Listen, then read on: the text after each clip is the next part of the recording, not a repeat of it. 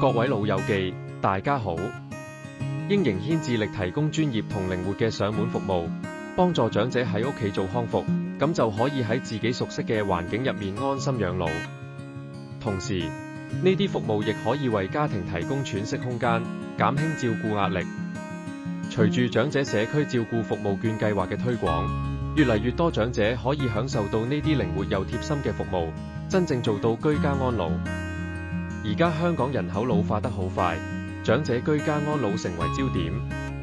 社署將長者社區照顧服務券恆常化，俾長者可以自由揀適合自己嘅社區服務。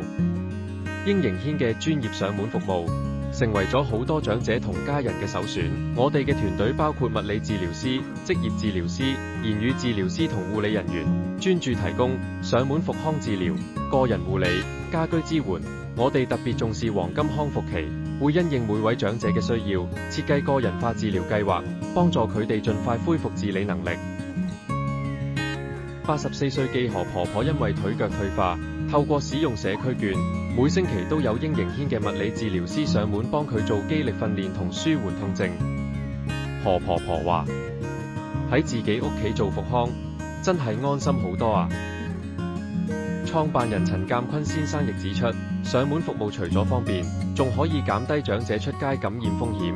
喺熟悉嘅環境裏面，康復效果仲會更好。另外一位75歲的黃伯伯，中風後長期依賴輪椅，透過社區券，每星期都有物理治療師上門幫佢做下肢肌力訓練同平衡練習。經過半年時間，黃伯伯而家已經可以喺治療師輔助下練習行路。佢感動咁講：點都冇諗過仲有機會自己行返路啊！係嚟緊未來，英營軒希望幫助每位老友記喺家中康復，喺熟悉環境中安享晚年，同時為家人提供喘息空間，減輕壓力。隨住社區券計劃嘅推廣，會有更多長者受惠，真正做到居家安老。